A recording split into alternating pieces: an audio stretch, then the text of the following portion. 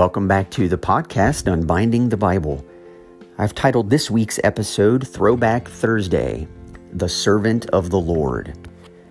And this week on the podcast, I am pulling a message or an episode from May 9th of 2019, which happened to be episode 34 on the podcast. So way back toward the very beginning.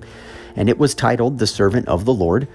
And today's episode will be the first of 4 in a row Throwback Thursday episodes. I plan to list episode 34, 35, 37, and 38, which were 4 of the 5 episodes that immediately preceded our study of the book of Revelation and in large measure were directly responsible for stirring up in me the desire to actually attempt to tackle that book on the podcast. And so I'm bringing these episodes back for 2 main reasons. The first is I want a continual reminder for us regarding who Jesus is and was based on both the Old and the New Testaments. And then I want us to realize who it is that he's called us to be as his followers. This is something that in large part has a lot to do with why I've started the podcast, but some recent things have surfaced in the news. One of which is a denomination that I've been attached to, at least for part of my upbringing, and that is the Southern Baptist Church. And some of you may know, you may not know, that in the last several days, a third-party investigation has finished their work and has reported on the Southern Baptist Church and many of its sexual abuse cover-ups by pastors, by clergy, by staff members, by leaders in the church. Many victims have come forward with accusations and stories that are substantiated. And many of these churches have brushed aside these hurts and claims of abuse and have just shuffled pastors around, have silenced victims, etc., etc. And a report is about to be released with over 700 pastors' names or staff names on this list, those who at least have been substantiated with the claims that have been made against them. And this is a major indictment on the church. It's a major indictment of a failure to understand who the person of Jesus is and who it is that he's called the church to be, and the way that we posture ourselves in the world, and the way that we choose as Christians to define leadership, and what being a leader actually means, at least a leader who is leading people toward the ways of Jesus and in the ways of Jesus. And so I feel the need to insert several episodes that I've done. It's been 3 years now, but I realize how vital they are and how important they are. And it reminds me too, as I get in conversations with church members and other friends, how relevant the book of Revelation really is for our lives. And it reminded me of my own processing through these things 3 years ago, when it was the 4 Throwback Thursday episodes that you're about to hear over the next 4 weeks reminded me of exactly why it was that we took the plunge into Revelation in the first place. It's very countercultural. It is extremely radical. It is very otherworldly. And the church today desperately needs to become reacquainted with the otherworldly ways of Jesus. Because in the public sphere, it is ugly. And it's ugly because I think people in the church have lost sight of who Jesus is and who he's called us to be. I'm pretty confident that those of you who listen to this podcast are aware of these problems and are not often the causes of them, and I'm grateful for that. And if you feel anybody might be encouraged by these episodes as they listen in, feel free to share it with them. This is not something that I'm critiquing as someone who is outside of this or above this. I have caused much oppression and pain to other people in my own life as well, because I'm attempting to come out of a worldview that looked at leadership as those who were above others or in a special place of prominence, and forget that the person of Jesus is meant to reframe everything we think we know about what it means to be a leader, what it means to love God well, and what it means to love our neighbors as ourselves. So I offer to you the first in a series of 4 Throwback Thursdays, from episode 34, The Servant of the Lord.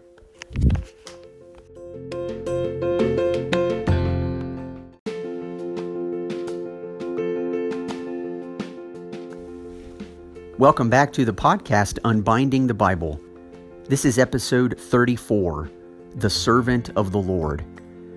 And in this episode, what I would like to do is pull together a lot of different themes that I have been weaving together already throughout this entire podcast. We're going to return to the Old Testament primarily in this episode, particularly to the book of Isaiah, as Isaiah begins to sprinkle through a theme that he raises as he calls someone in the Old Testament the servant of the Lord. And what I'd like to do is take a little bit of time to look at the nature of biblical prophecy, how it can be easily misunderstood. I would also like to tie together the way that Jesus, in fact, embodies the calling of Israel as an entire nation, as we've looked at in episode 31.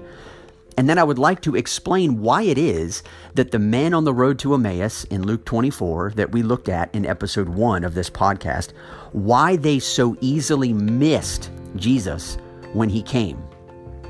You see, the heart of what Isaiah is going to address in the latter chapters of his book is precisely why the men on the road to Emmaus missed Jesus and why we must rightly understand what Isaiah is saying in order to rightly understand Jesus. And then, of course, the purpose of every one of my podcasts is not just that you would unbind the Bible from the many ways it's been misread and misapplied, but that you would rightly apply it to your own life and to the lives of other Christians. And so I am eager to jump into this. I hope that you will be able to track with me because we both have a lot to learn from what Isaiah presents us in his book. So let's jump right into it.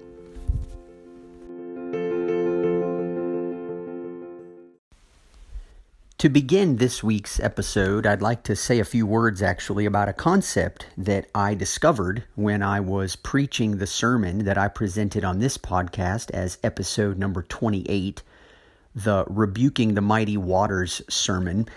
I'd like to reference back to Isaiah chapter 17, which was a passage that I had discovered the week I was preparing that sermon, and for me personally was the first time I had ever encountered a look at prophecy through the lens of those handful of verses. And so let me just reread 2 of the verses from Isaiah 17 that do in fact shape the way you and I think about prophecy and ultimately how we come to understand what Jesus is coming to do, what God intends to do in bringing judgment on the enemies of God, but also blessing to his own people. So in Isaiah 17, verse 12, it says, "Ah, the thunder of many peoples. They thunder like the thundering of the sea. Ah, the roar of nations. They roar like the roaring of mighty waters. The nations roar like the roaring of many waters. But he will rebuke them, and they will flee far away, chased like chaff on the mountains before the wind, and whirling dust before the storm." And if you're following along in this podcast each week, you have heard episode 28. You listened to that sermon. But if you haven't, or if you've forgotten, which is quite possibly the case as well, you remember that I posed a question in the middle of verse 13 where it tells us that the nations roar like the roaring of many waters, but he will rebuke them, and they will flee far away. I posed the question in that sermon, which was new to me. I had had that question posed to me, I believe, by God himself when I realized as I was reading through the passage, is God going to rebuke the nations, or is he going to rebuke their roaring? Is he going to deal with the nations' threats, or is he going to deal with the nations themselves? Is he going to put an end to the nation's roaring and the nation's abuse of other people, or is he going to put an end to the people themselves? And as I shared in episode 28, the way Isaiah 17 is written, we simply do not know. It's left a little bit hazy. It's left a little bit fuzzy. And yet we were also shown, as I believe is very, very true, the Jews themselves firmly believed that God was going to rebuke the peoples. And by rebuke, I mean wipe them out. The way God deals with enemies is with a bigger stick, right? If they've got a stick and they're threatening God's people, God will deal with them. Swift retribution, swift punishment. And in fact, many of the Israelites, many of the disciples of Jesus even, were very eagerly anticipating God bringing fire from heaven, from the mouths of James and John, to destroy the enemies of God or those who were resisting Jesus' work in any way. And of course, in the way Jesus tells the stories in the Gospels, we see him not as interested in destroying the peoples as in removing the things that are causing disruption in the world, because God does not desire the death of anyone. And if you hold on to that, what you realize is as you read this prophecy from Isaiah, it is left ambiguous on purpose. You do not know if God is going to destroy the peoples or if he is going to destroy their roaring. You do not understand that completely until you come to the New Testament. And in fact, that's one of the biggest principles I could possibly point out to you about biblical prophecy, and it is that it is always somewhat ambiguous, and that the New Testament claims that Jesus is a fulfillment of prophecy from the Old Testament, many prophecies of which sound like they have nothing at all to do with Jesus. Now, we're familiar of a handful of them that are related to Jesus, but prophecy in general is not simply these one-to-one correlating predictions of the future that Jesus just comes in and it's green lights everywhere and stars going off to highlight that I'm the guy.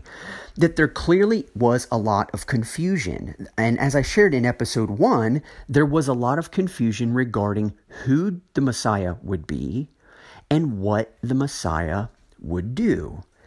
And this is really why I want to go back into the book of Isaiah, into the second half of his book, the chapters 40 through 55, where the Lord has been speaking for 39 chapters through Isaiah about Israel's waywardness, about their idolatry, about their injustice, about the reason why exile and banishment from the land is going to come to them, why they are going to see certain discipline and certain punishment, why they're going to be removed from their land because of their sinfulness, because of their refusal to rightly image the Lord, because of their refusal to love their neighbors as themselves, because of their unwillingness and inability to properly represent God to the world. He is going to send them into exile.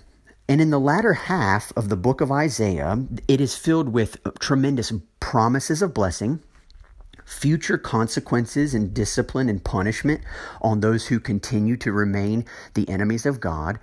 But starting in chapter 42 of Isaiah, Isaiah introduces us to this concept of the servant. Someone who is going to faithfully serve the Lord and is going to faithfully serve the world. And we know from God's commission originally to Adam and Eve that that commission was once given to all humanity. And of course, humanity dropped the ball and did not carry it in the direction that God wanted. And so God calls Abram and says, I'm going to make you into a great nation, and through you, all the families of the earth will be blessed. And so Israel steps in the place of all humanity in order to bring God's blessing to the world. But as Isaiah 1 through 39 very, very clearly show, and sadly show, actually, if you take the time to read it, it is very, very discouraging. The indictment after indictment after indictment of many things that are just woven throughout human nature about the way we are to treat one another and how deplorably Israel actually does at carrying that out. He offers to them basically saying, we need to have someone who's going to rightly represent me to the world. And so beginning in Isaiah 42, and then a few chapters throughout, there are 4 distinct times where this servant of the Lord is referenced as being some type of leader, some group who is going to restore the world's view of God, who's going to rightly image God, who's going to rightly be a witness to the Lord, to the world of who the Lord actually is. And so in Isaiah 42, we read in the first handful of verses, the first time that Isaiah introduces us to this servant, and it says, Behold, my servant, whom I uphold, my chosen in whom my soul delights. And he is, this is the Lord himself speaking through Isaiah as we read these words. I have put my spirit upon him. He will bring forth justice to the nations. He will not cry aloud or lift up his voice or make it heard in the street. A bruised reed he will not break, and a faintly burning wick he will not quench. He will faithfully bring forth justice. He will not grow faint or be discouraged till he has established justice in the earth, and the coastlands wait for his law. Now that's a pretty powerful description. This is a description of my servant in whom my soul delights, or in whom I am well pleased. This is another way that phrase is often described. And it's somebody who is going to bring forth justice, who will not grow faint or be discouraged until he has established justice in the earth. And when we think of justice, we think of someone who's coming to make everything right, someone who's coming to restore the things that are wrong, to aid those who are being oppressed or who are being mistreated. And in fact, that's exactly what we read when he says, he will not cry aloud or lift up his voice or make it heard in the street. He's not going to draw attention to himself. A bruised reed he will not break, and a faintly burning wick he will not quench. Bruised reeds and faintly burning wicks are oftentimes, as far as we're concerned, not really good for anything. But he's saying he will look at some of the smallest flickering flames of people desperately in need of restoration and justice, and he will not extinguish those faintly burning wicks. He will, in fact, breathe new life into them so that they can burn brighter and stronger than ever before. Now, this is a powerful image, and the Jews in Jesus' day knew about this passage. They knew that the servant is some awesome view of someone who is going to come and who is going to do right by the people. He is going to lead them into a point of victory. And yet, as I shared about prophecy and it being somewhat hard to understand at times, it's very weird because a few verses later in Isaiah 42, we read this. Hear, you deaf, and look, you blind, that you may see. Who is blind but my servant, or deaf as my messenger whom I send? Who is blind as my dedicated one, or blind as the servant of the Lord? He sees many things, but does not observe them. His ears are open, but he does not hear. Now, as I read through Isaiah chapter 42, that second little section of verses that I just read sounds really strange to me. Because the servant of the Lord in the first 4 verses of Isaiah 42 sounds awesome. He's going to bring justice. He's not going to, push people aside that everybody else is pushing aside. He's going to make things done the right way. He's going to not get discouraged until he properly brings forth justice in the world. This is sort of this conquering, victorious view of what this servant is going to do. But then in verses 18 to 20 of Isaiah 42, talk about a pathetic picture of God's servant. Hear, you deaf, who is blind but my servant? Or deaf as my messenger whom I send? Who is as blind as the servant of the Lord? He sees many things, but does not observe them. His ears are open, but he does not hear. Now, when I read this, I think to myself, now, I guess I could go back into my archives of the way I think prophecy works and imagine Jesus being a fulfillment of the first part of Isaiah 42, but goodness gracious, he better not be the prediction or the prophecy or the promised one being described in verses 18 through 20. Jesus being blind, being deaf, unable to even see what the Lord is doing. Who then is this servant of the Lord? Well, we read on a few more verses through Isaiah. We pick up particularly in the next chapter was this very interesting phrase that is the Lord speaking to his own people. And he tells them, you are my witnesses, declares the Lord. So you are my witnesses, plural, is exactly who Israel is to become. But the verse itself ends with, and my servant, whom I have chosen, that you may know and believe me and understand that I am he.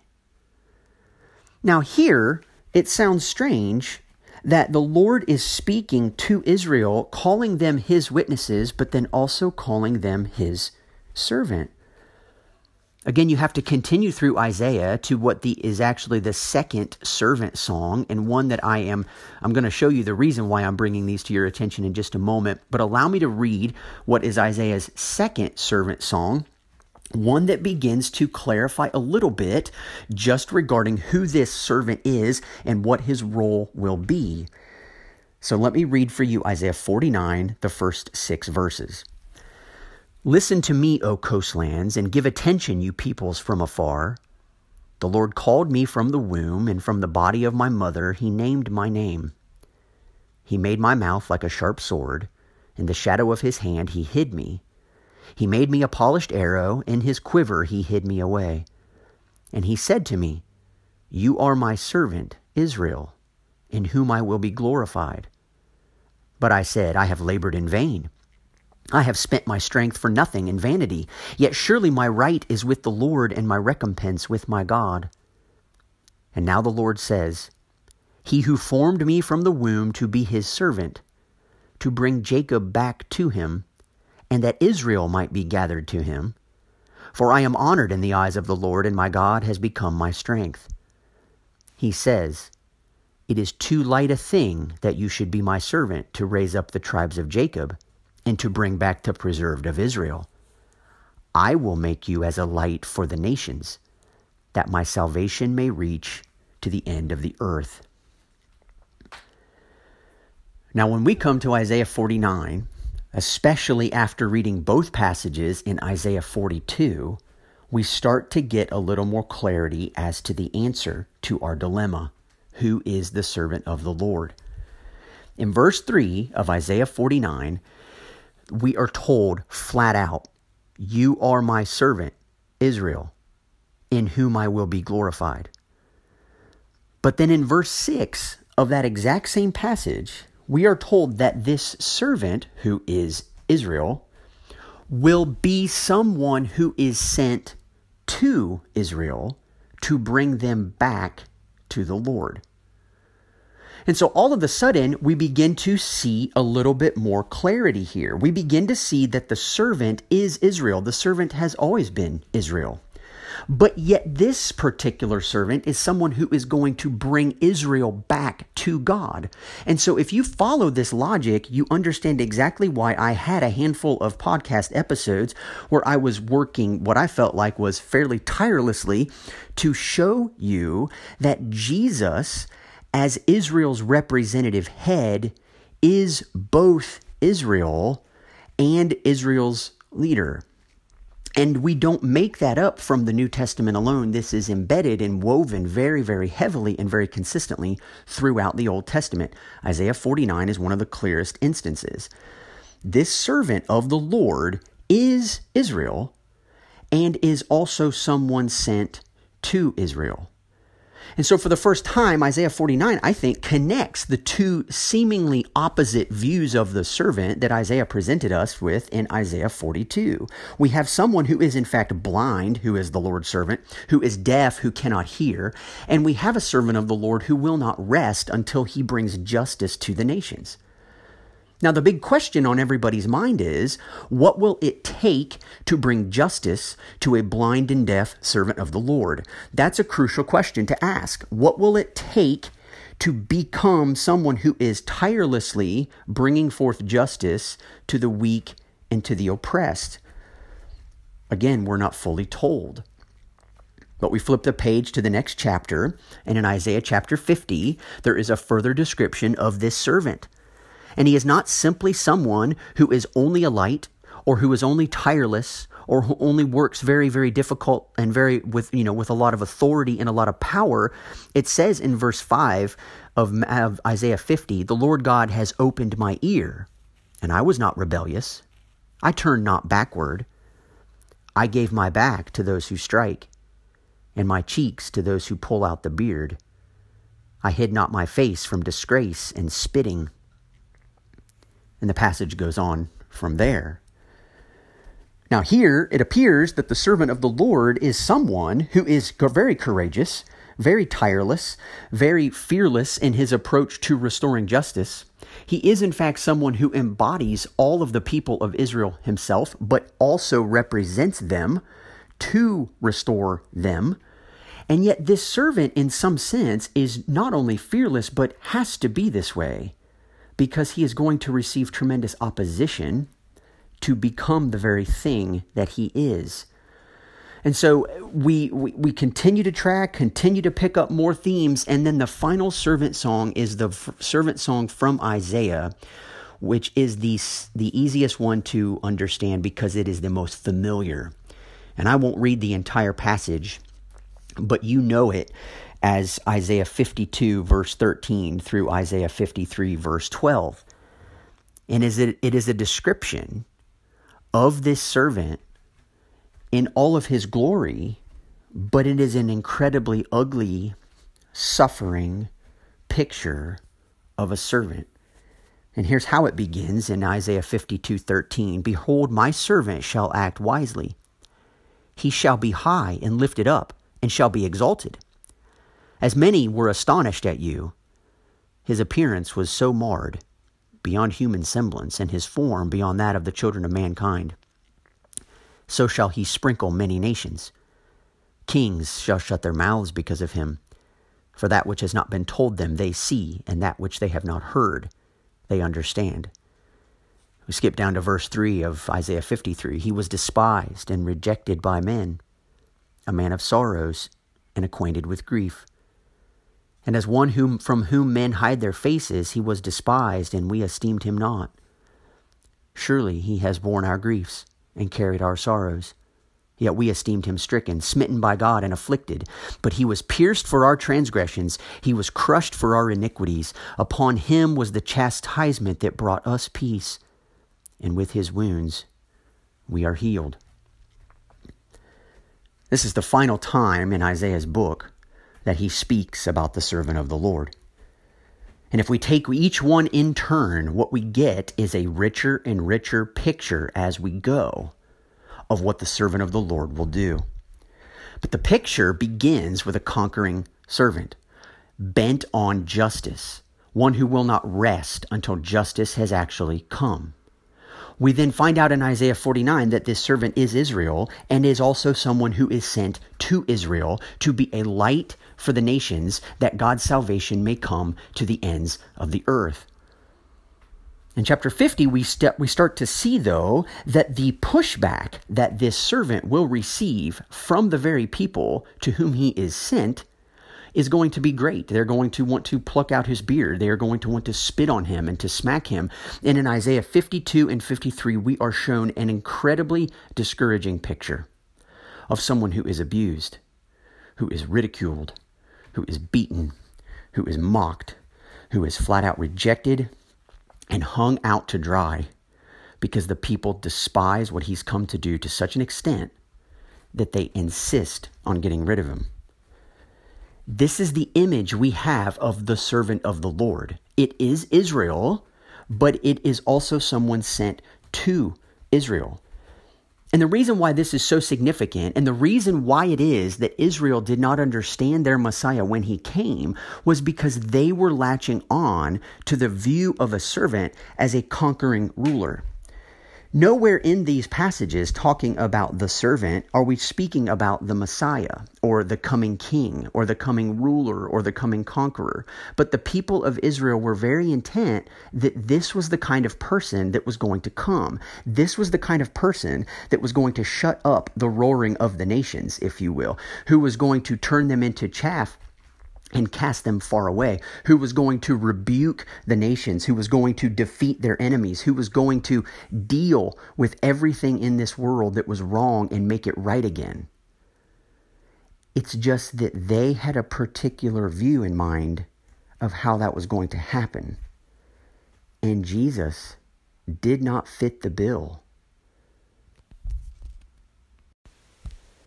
The reason then why the two men on the road to Emmaus rejected Jesus, or rather did not know it was the Messiah when Jesus actually came, was because of other passages in the Old Testament that promised the coming Messiah in a powerful kingly, ruling type of way.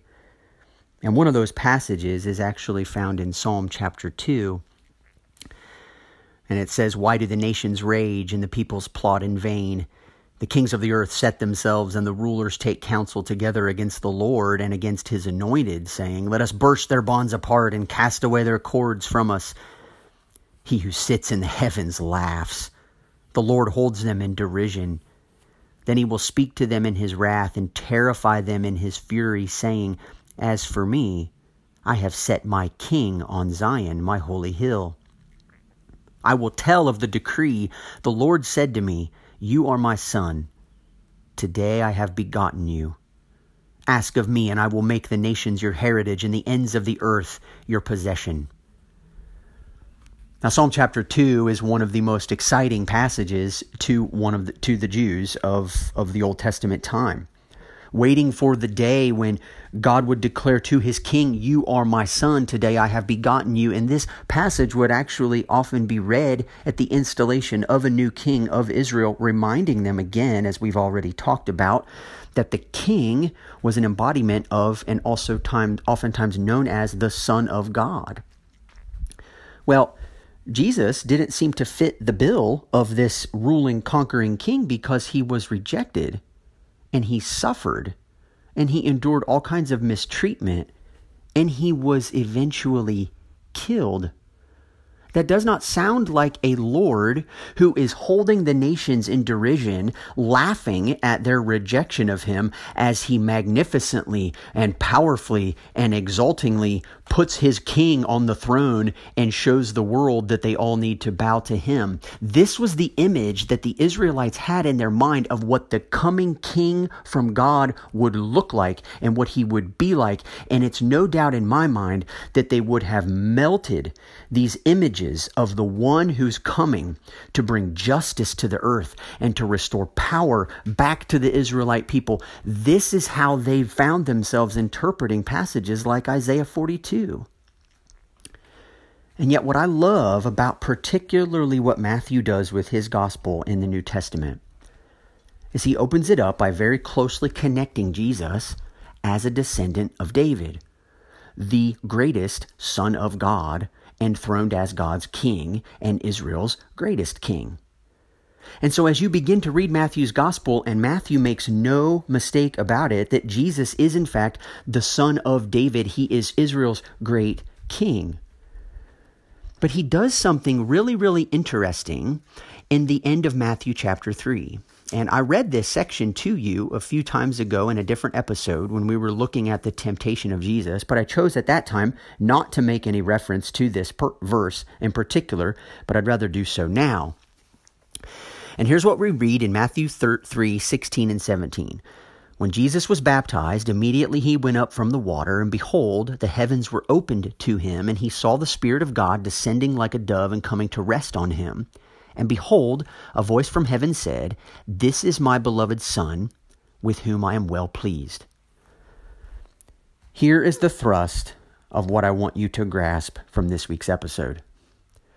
The statement made by the voice from heaven to Jesus when the Spirit descended upon him was this: "This is my beloved Son, with whom I am well pleased."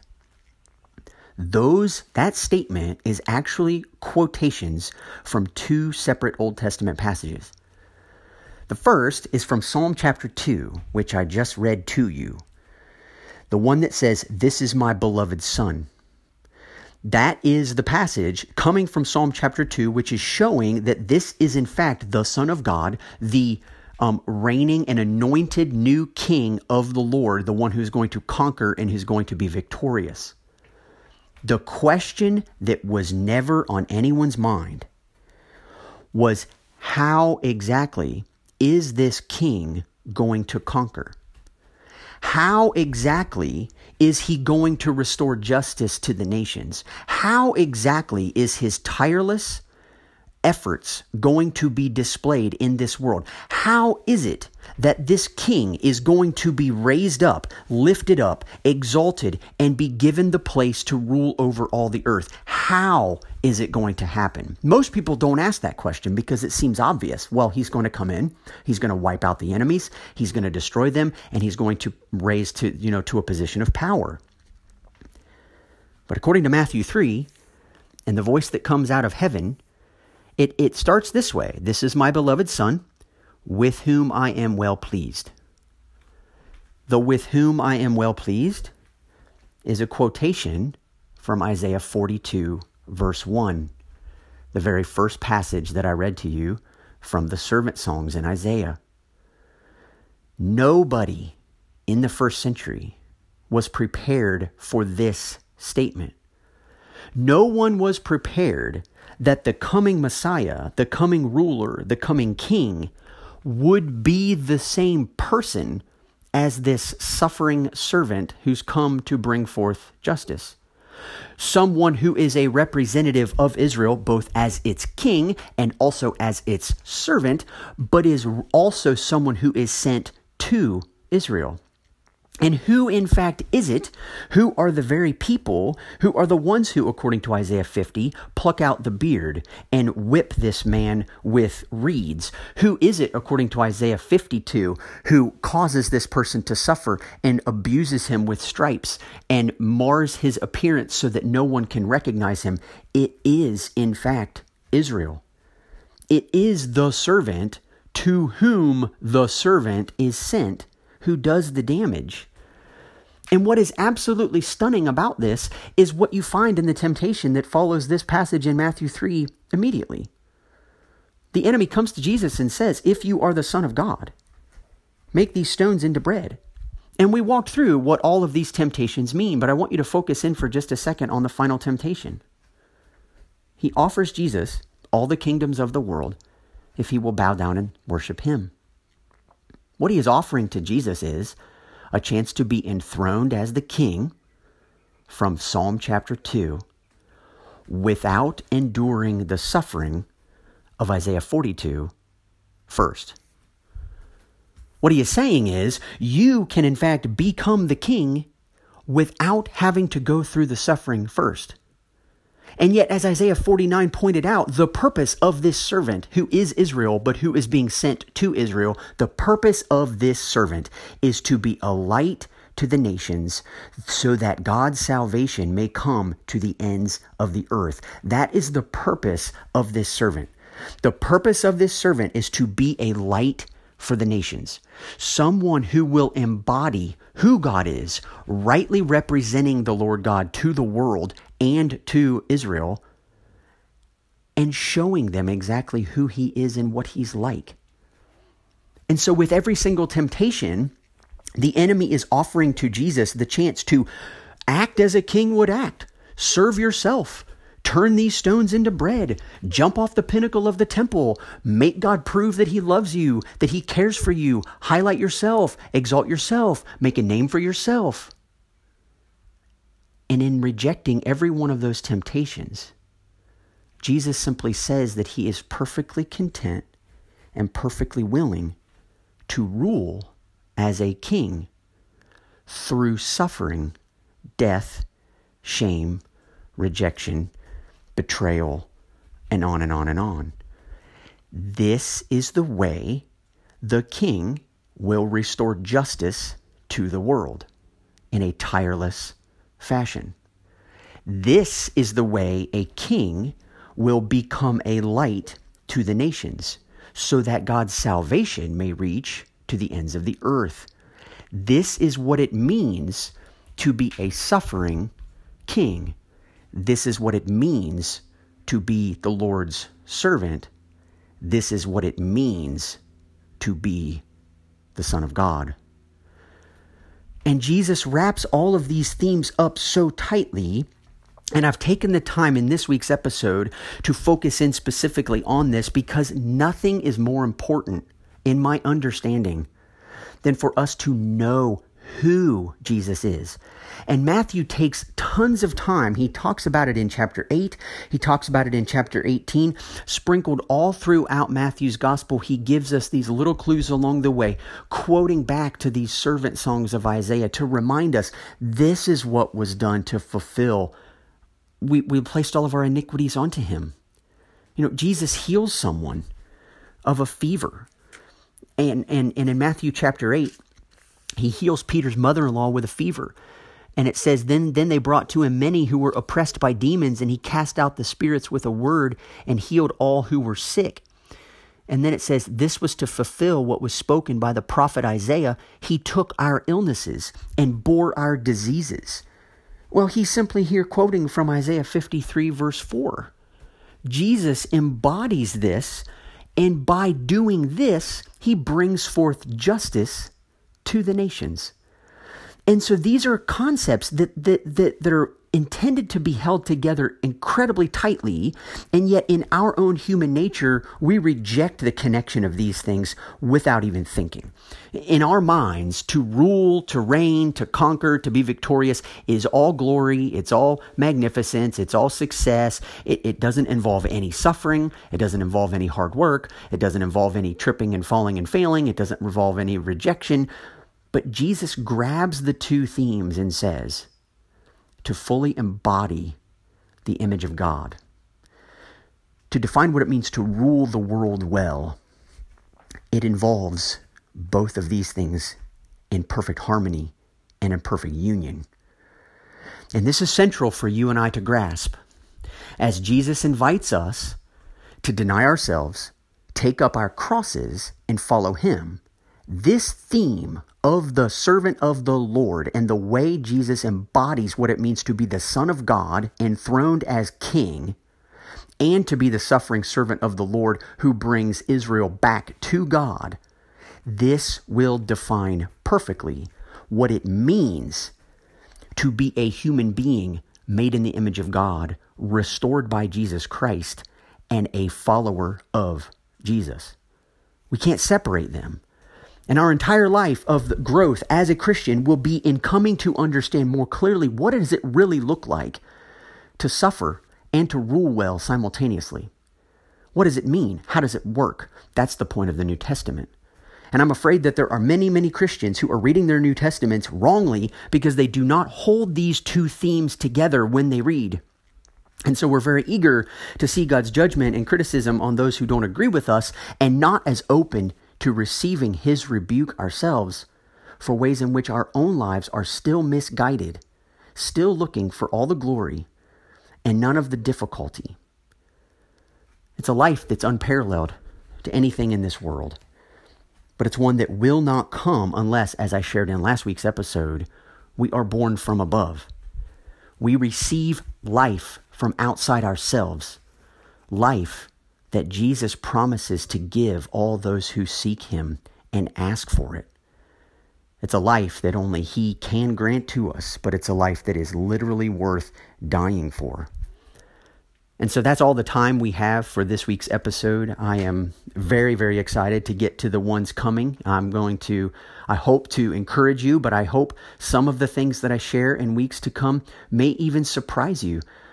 This may be the time when some of you will start to disagree, and I would love to hear those comments as well as things that you're finding helpful as you continue to tune in. So that's all we have for this week. See you next time.